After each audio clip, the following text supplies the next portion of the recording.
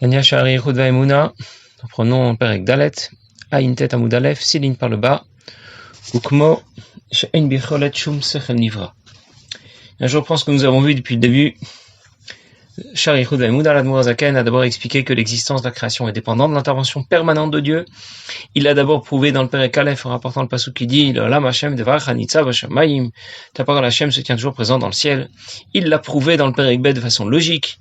Il nous a dit que si le miracle de Kriyat Yam-Souf a demandé l'intervention permanente de Dieu pour maintenir la mer ouverte, pour maintenir l'eau de la mer dans un état solide, alors la création nécessite encore plus l'intervention permanente de Dieu pour lui permettre d'exister, parce qu'il s'agit d'un chidouche encore plus important que celui de l'ouverture de la mer. Dans le Perek Gimel ensuite, chapitre 3, l'Admour Zaken a expliqué que l'existence de la création n'est pas seulement dépendante de l'intervention de Dieu, elle est incluse et effacée dans le divin, comme un rayon du soleil au centre du soleil. Et à la fin du Perek Gimel, l'Admour Zaken a demandé, mais si la création s'efface littéralement devant Dieu, comme un rayon du soleil au centre du soleil, ce qu'on avait appelé bitul bimtsiut, un effacement de l'existence, alors comment fait-elle pour exister? Par quel prodige elle peut encore exister et prendre sa place? Elle devrait littéralement et concrètement disparaître. Et pourtant elle est bien là. Elle existe. Breshit bara Elohim, Dieu a effectivement créé le monde. C'est la Torah qui le confirme. Alors décide, le monde existe ou il n'existe pas? Et pour répondre à cette question, l'Admour Zaken a expliqué que Dieu intervient pour créer le monde. Et en même temps, Dieu intervient pour cacher son intervention. Ça veut dire qu'il intervient aussi pour que son intervention n'apparaisse pas. Et l'Admour Zaken a rapporté le pasuk, Perek Dalet, qui Shemesh ou Magen Hashem Elohim, pour nous dire que lorsque Dieu intervient dans la création pour lui permettre d'exister, il s'appelle Avaye, Shemesh, Chesed. Lorsque Dieu intervient dans la création pour y cacher son intervention, alors il s'appelle Elohim, Gvurot, Magen. Et dans ce cas, nous comprenons que Dieu supporte cette contradiction qui nous gêne. D'une part, la création n'existe pas. Elle disparaît devant Akadosh Baruch Hu, comme un rayon du soleil au centre du soleil. Et d'autre part, en même temps, la création existe bien, parce que c'est Dieu lui-même qui dissimule son intervention. Alors évidemment, même si Dieu supporte toutes les contradictions, nous on a encore du mal à comprendre et à admettre que la création existe et qu'en même temps elle n'existe pas. Et l'Admour Zaken nous a expliqué que c'est tout à fait normal qu'on ne le comprenne pas. De la même manière que l'intervention de Dieu dans la création pour lui permettre d'exister, à vailler, c'est une intervention qui nous dépasse complètement, parce que la création apparaît de nulle part, yesh me'ayin, parce que Dieu est capable de créer différents mondes à l'infini, et tout cela gratuitement, bechesed rinam. Eh bien, l'intervention de Dieu pour dissimuler ce qu'il apporte à la création, Elohim, nous dépasse tout autant. En d'autres mots, Dieu d'une part permet à la création d'exister, à vailler, et en même temps Dieu cache son intervention dans la création, Elohim. Et Elohim est autant insaisissable pour nous qu'à vailler. Et donc, c'est tout à fait normal que ça nous dépasse complètement. C'est le contraire qui aurait été étonnant. Le divin dépasse complètement le cadre de notre réflexion. Il dépasse même le cadre de notre imagination. On ne peut pas imaginer quelque chose qui serait complètement décalé par rapport à notre réalité. Quand on imagine quelque chose, on ne fait qu'extrapoler un peu par rapport au cadre réel dans lequel nous vivons. Le divin, lui, est complètement en dehors de ce cadre, en dehors du cadre de notre monde, en dehors du cadre de notre imagination. Il est complètement insaisissable, et donc c'est normal de ne pas savoir associer ces deux idées qui se contredisent. Avaye qui permet, qui est la dimension du divin qui permet à la création d'exister, et devant Avaye, la création s'efface complètement et littéralement comme un rayon du soleil au centre du soleil. Et d'autre part, Elohim, qui fait que la création existe réellement. C'est le résultat de l'intervention de Dieu qui permet de dissimuler la force, l'énergie qu'il introduit, qu'il investit dans la création. En d'autres mots, on ne peut pas plus saisir Elohim qu'Avaye, le Magen que le Shemesh. Au départ, on aurait pu penser que l'on ne perçoit pas le divin qui intervient dans la création parce que nous n'avons pas les bonnes lunettes pour ça. Maintenant, nous savons que c'est parce que Dieu lui-même dissimule son intervention dans la création. Alors, je vais reprendre dans les mots. De la même façon qu'il n'y a pas la possibilité pour Shum Sechel Nivra, rien ni personne, aucune intelligence ne peut saisir la Sig Midat Gdulato, la grandeur de Dieu, ce qu'on a défini par son intervention dans la création, dans l'existence de mondes qui sont infinis, Yesh Me'ayin, à partir de rien, et Chesed Rinam, par sa bonté gratuite, She'echolet livre Yesh Me'ayin Olachioto, qui correspond à la faculté de Dieu de créer l'ensemble de la création à partir de rien. Kedirtiv, comme dit le pasuk, Olam Chesed Ibanes, ce qu'on a associé à Midata Chesed, Kach Mamash En Bichoto Lasik Midat Gvurato Shel HaKadosh Baruch Hu. Eh bien, de la même manière, on ne peut pas non plus concevoir et saisir la Midat de Gvura Elokim Magen d'HaKadosh Baruch Hu, Shimidata Tzimtzumum Niatit Pashtuta Chayut Migdulato. C'est ce qui va permettre de brider, de cacher, de dissimuler l'énergie que Dieu apporte à la création, mais les redolit galot à l'anivrim, pour qu'elle ne s'y révèle pas, l'achiotam ou le kaimam begiloui, qu'elle ne leur apporte pas l'énergie dont ils ont besoin pour exister, begiloui, de façon claire, de façon révélée, kimbestapanim, mais uniquement en cachant son intervention, en la dissimulant. Parfois, certains se demandent si Dieu est vraiment le créateur, s'il est aussi bon et généreux qu'on le dit. Pourquoi il a pris telle décision qui semble tellement injuste? Pourquoi il a laissé se produire tant d'injustices et tant de malheurs? Ici un tsunami, là un tremblement de terre, ailleurs un avion qui s'écrase, une épidémie qui fait 2 millions de morts, 6 millions de morts pendant la guerre. La liste est longue. Pourquoi Dieu laisse prendre toutes ces décisions, ou laisse faire les hommes, tant de morts innocents, tant d'injustices? C'est qu'en réalité, Dieu n'obéit pas à la logique humaine. La bonté de Dieu dépasse complètement ce que nous appelons la bonté. Et il faut bien intégrer que Dieu est insaisissable. Et donc, ses décisions, sa gestion de la création, tout cela est tout aussi insaisissable. Dieu n'est pas un homme avec des super pouvoirs. Donc tu peux pas essayer de lui coller ta logique, de lui coller ton raisonnement. On entend parfois des gens qui disent « Moi, je pense que dans le monde, il fallait gérer tel événement de telle et telle façon. Si Dieu existait, il aurait dû prendre telle ou telle décision. Ça aurait été plus logique, ça aurait été plus raisonnable. Si c'est pas le cas, c'est qu'il a abandonné le monde, la création ne l'intéresse pas, il n'y intervient plus. » C'est tout simplement faux. Il a simplement pris des décisions qui te dépassent, que tu ne peux pas comprendre. Même si on essaie de te l'expliquer longtemps et lentement, tu n'y arriveras pas. C'est pour cette raison que l'étude de cette seconde partie du Tanya Ashar Yichud Ve'emunah est fondamentale. Parce qu'elle nous fait réaliser de qui on parle déjà quand on parle de Dieu. Ou plutôt, de qui on ne parle pas. Dieu prend parfois des décisions qui échappent complètement à notre logique. Et c'est normal. En même temps, nous savons que toutes ces décisions sont motivées, sont positives, même si elles nous semblent anarchiques et négatives.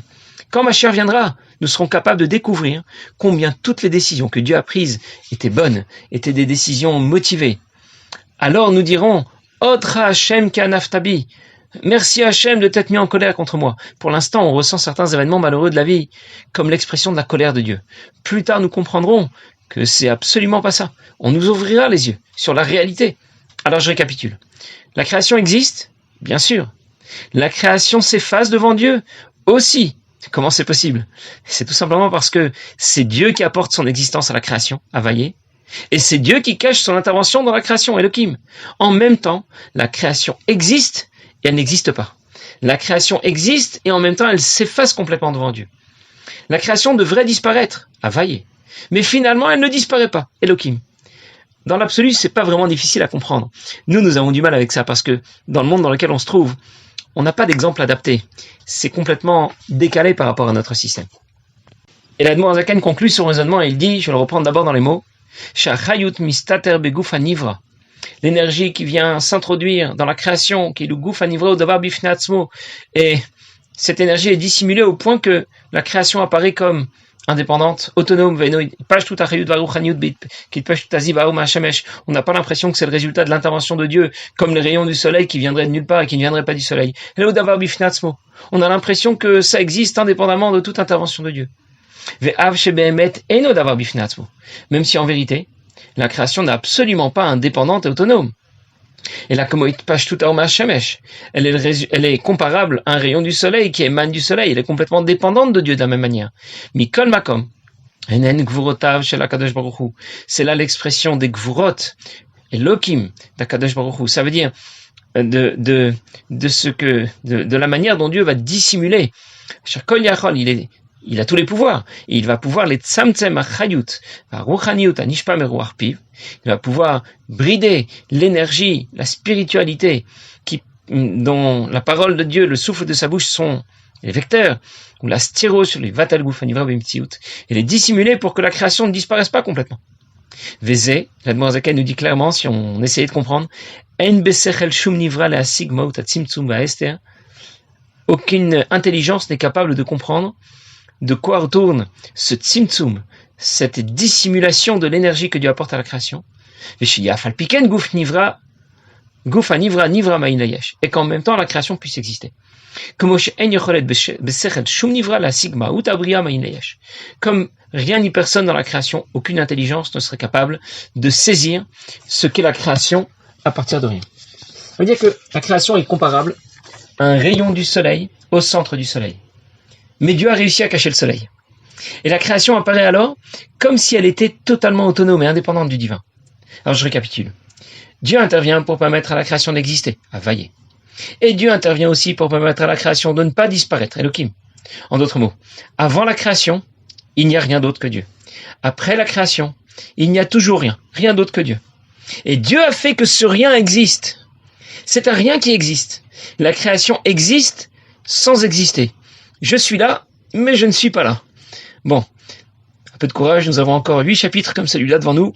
En tout cas, même si on n'est pas capable d'assimiler, d'intégrer la subtilité de ce que nous explique ici l'Admor Zaken, au moins, on en sait déjà un peu plus au sujet d'Akadosh Baruch Hu. On réalise maintenant que Dieu n'est pas seulement un vieux monsieur avec une grande barbe blanche, installé dans un grand palais, dans une salle de commandement opérationnel. On prend déjà un peu plus conscience. À qui on s'adresse déjà pendant la tfila? De quelle trempe est cette sagesse que l'on trouve dans la Torah? Et du coup, on va accepter toutes ces décisions avec beaucoup de recul, beaucoup d'intelligence. On n'essaie plus de le comprendre. On n'essaie plus de lui donner des conseils. On ne le voit pas davantage, mais on en sait un peu plus tout de même sur lui. Je le vois un peu mieux maintenant, mais pas de mes yeux, d'une vue de l'esprit. Il y a un machal qui raconte qu'un jour, un villageois, un simple villageois, a entendu parler du roi qui dirigeait son pays.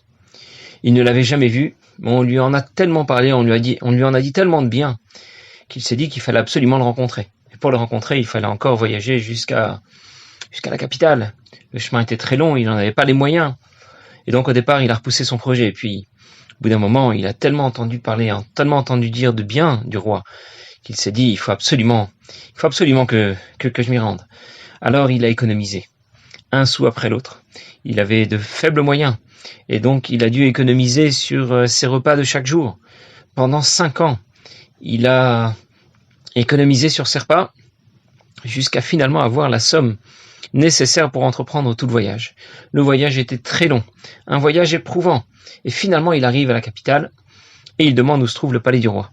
Il se dirige vers le palais du roi, et là il rencontre sur son chemin 2 gardes, qui immédiatement sortent leur épée de leur fourreau, et lui ordonnent d'arrêter, sinon ils vont le tuer sur place. Alors, quand les gardes lui demandent ce qu'il fait là, il leur explique, je veux absolument voir le roi, ma vie n'est pas une vie si je ne l'ai pas rencontré ne serait-ce qu'une fois. Ça fait 5 ans que j'économise pour avoir l'argent pour faire ce voyage, s'il vous plaît, laissez-moi rentrer. Et les soldats étaient très émus, ils avaient beaucoup de peine pour ce pauvre villageois, alors ils lui ont dit, écoute, te laisser rentrer dans le palais, c'est vraiment pas possible. Mais on peut te donner un conseil. Le roi aime beaucoup la chasse. Et régulièrement, il va chasser dans la forêt qui est derrière le palais. Une forêt gardée, bien sûr, protégée avec ses amis.